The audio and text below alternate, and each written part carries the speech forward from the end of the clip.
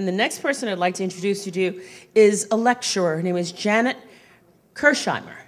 She's a teaching fellow at Kalal, the National Jewish Center for Learning and Leadership. And she will give a mini presentation right now. Please give her a warm round of applause. To close with, I'm just going to read 3 poems from a book that I wrote, which is called How to Spot One of Us. And it's a collection of poems about the Holocaust. Both my parents are Holocaust survivors. And what I just want to tell you is that among the many ways that we can remember the Holocaust and also slavery, Judaism has a couple of ways. And one is about the telling. We tell stories. We tell our stories. And this first poem is called How I Knew and When, and these are stories and snippets of stories that I heard while growing up. How I Knew and When. Age 8, my father hangs upside down on a pipe that was part of a fence that separated our street from the next. All of his change falls from his pockets. He looks so young. Age 15, there were 104 girls in the Israelitisch Mädches Weeshuis orphanage in Amsterdam. 4 survived, my mother says. I remember Juffrouw Frank, the head mistress. She made us drink cod liver oil each morning. She said it was healthy for us. Age 17, my father tells me his father and sister Ruth got out of Germany and went to Rotterdam. They were supposed to leave on May 11th, 1940, for America. The Nazis invaded on May 10th. Age 21.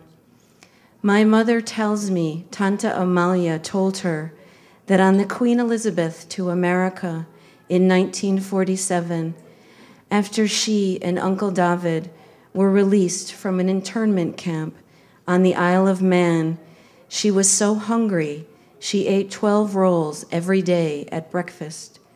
She said it was the best time she ever had. Age 24.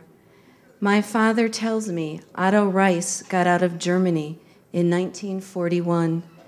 He took a train to Moscow, the Trans-Siberian Railroad to Vladivostok, a boat to Shanghai, a boat to Yokohama, and a boat to San Francisco, and a bus to Philadelphia.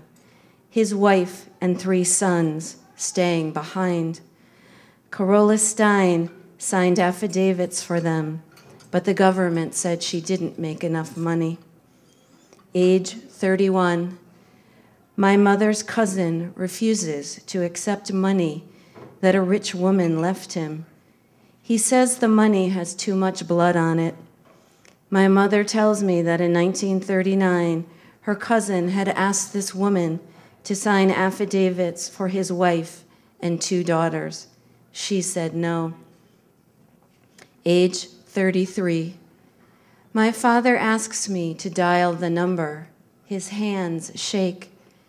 He asks my cousin Judy if she wants to send her 3 children out of Israel during the Gulf War. She says she can't let them go. Age 42.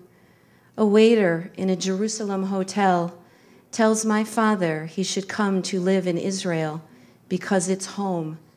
My father tells him home is anywhere they let you in.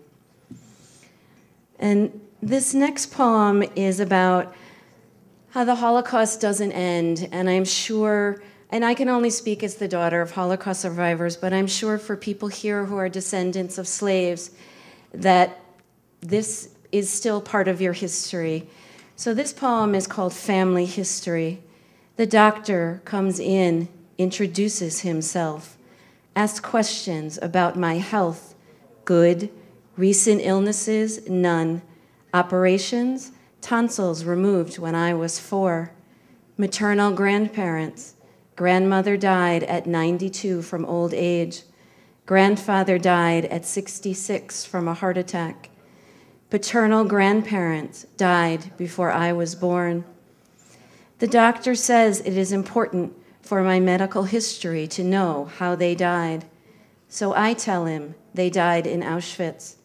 He has no more questions and tells me to undress for the physical exam. And this last poem is about hope and faith for the future, as many of the speakers have talked about. And this poem has a Jewish blessing in the middle of it called the Shechianu, which is done when you arrive at a certain time. So this poem is for all of you that are here, and it's called Planting. Bringing the dirt to his face, my Father smells it. This is good soil. Blessed are you, and we plant the garden. And my Father tells me he dreamed while in the hospital of his garden, dreamed of it all winter, and he made a vow he'd plant again this year, King of the universe. And he tells me when planting seeds, stay in the middle of the row. Don't go too far to the left or too far to the right.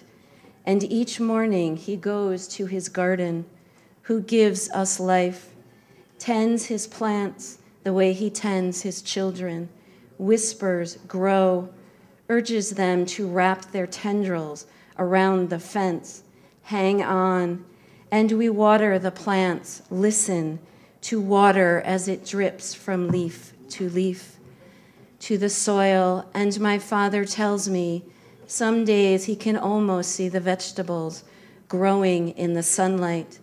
And I tell him sometimes I can too, sustains us and brings us to this time.